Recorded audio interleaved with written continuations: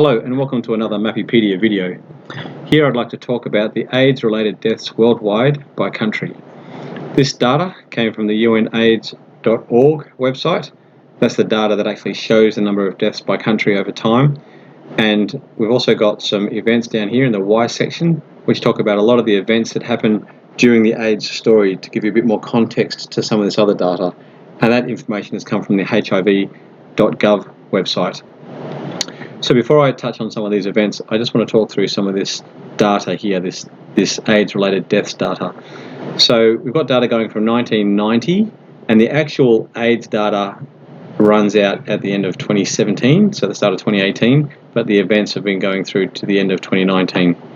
So if we move this scroller along, we can see the red country there, South Africa, is reaching its peak around 2005. So that signifies the year in which South Africa had the most number of deaths, and in this case it was 210,000 AIDS-related deaths for South Africa for that year.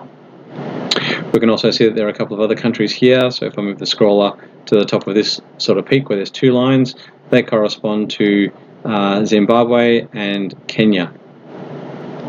And they're hovering around the 129,000 related deaths per year for each of those countries. Now, if we want to get more information on some of these other countries, that, for example, if I hover over Australia, the number of deaths is relatively low. It's just this sort of line down the bottom here because it's been overwhelmed by some of these other bigger numbers. But if you want to get some detail on some of the other countries, you can actually go to the regions here and select some filters. So we could select the Oceania continent, in which case we can see Australia and New Zealand, or you can actually select individual countries as well. So you could go down here and actually select Australia to just show that one.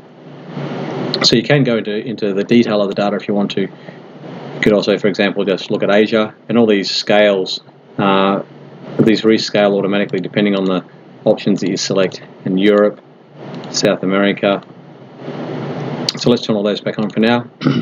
Now let's just say that we want to look at the total number of deaths each year for the countries that we have. You'll see that we've got some countries where we don't have any data for example, Mexico, United States, Canada, Russia, India, China, Saudi Arabia.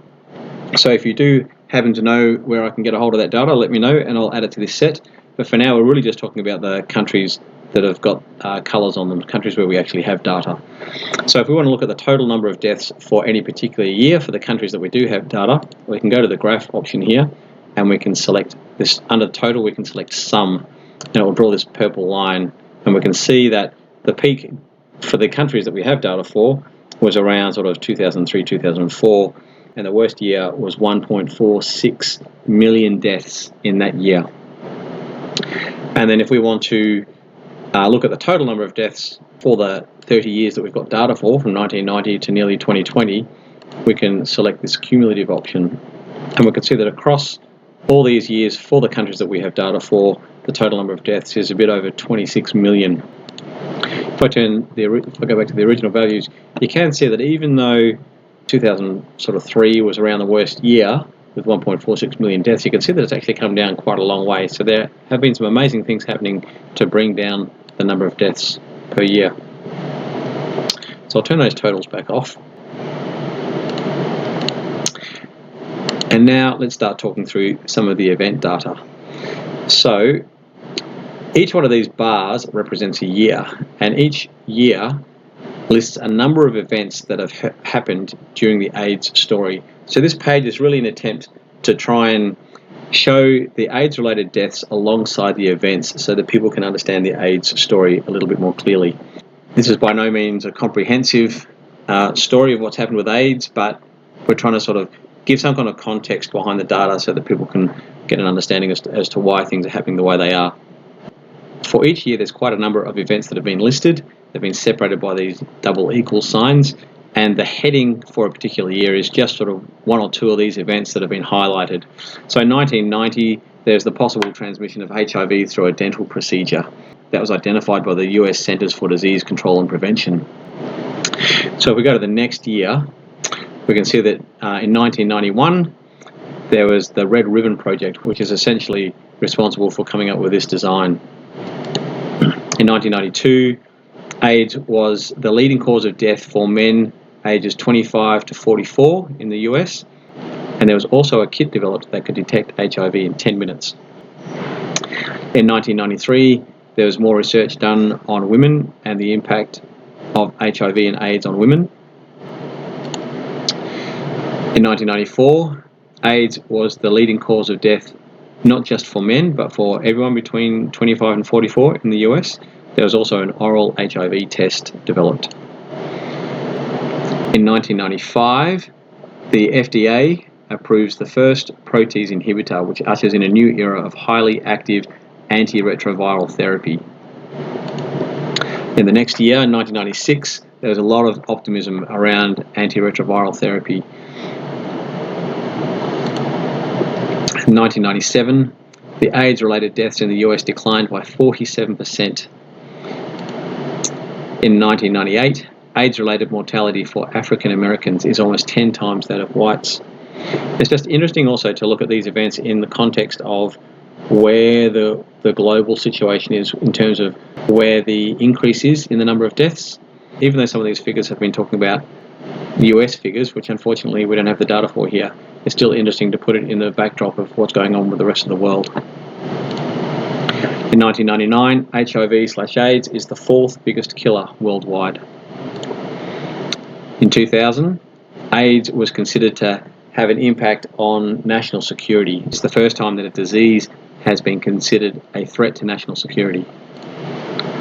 In 2001, HIV/AIDS medication becomes more accessible to developing countries. So you can see here this ramp up in some of these countries, some of these developing nations where HIV is really having a massive impact and is increasing at quite a dramatic rate. So the world has obviously decided to try and address that issue by making medication more accessible to these developing countries. In 2002, HIV/AIDS is the main cause of death in sub-Saharan Africa. In 2003, there's more support for developing nations. You can still see that South Africa is still struggling quite a lot. 2004, there were low-cost combination HIV therapies. And in 2005, ART was given to 700,000 people in developing countries. This has been a massive global effort. There's literally been hundreds of millions of dollars poured into HIV and treatment and awareness. At this point, it's really starting to have an impact. 2006 is 25 years since the first AIDS cases were reported. 2007, there's an attempt to increase the number of people taking HIV tests. So there's still a lot of people with HIV that aren't aware of it, and they've been going on and infecting other people unknowingly. 2008, there used to be a blanket ban on HIV-positive travellers entering the US, but that was lifted, and now each case is considered on its own merits. 2009, UNAIDS reports significant decline in new HIV infections, and we can see that here. The number of HIV infections, or at least the number of deaths related to HIV, is really coming down. 2010, 5.25 million people are receiving ART. 2011, it was discovered that ART not only helps people who have HIV, but it also helps to prevent people from getting HIV. 2012 was the first at-home HIV test. 2013, the first infected child was cured. And I say cured in inverted commas, the Mississippi baby, because in the next year, detectable levels of HIV were found in the same baby. In 2015, ART was available for 15.8 million people, and 13 million male circumcisions occurred because it was discovered that circumcised males were less likely to catch and transmit HIV. 2016, HIV resistance to ART is increasingly common. There's also an HIV vaccine trial. 2017, HIV-related deaths dropped 80% for 18 to 34-year-olds. 2018, early ART is key to avoiding brain atrophy. So it's discovered that people who get tested for HIV early and then start ART early had less problems with brain atrophy than those who received treatment later on. So it really was important for people to get tested as early as possible and start that treatment as early as possible. 2019, the second person cured of HIV, and this came about through a bone marrow transplant. And that's the end of the data that we actually have. If you have any more information, or if you have data for any of the gaps, please send it through to me and I'll add it. Also, if you have your own sets of data and you want to create your own maps, please visit mapipedia.com.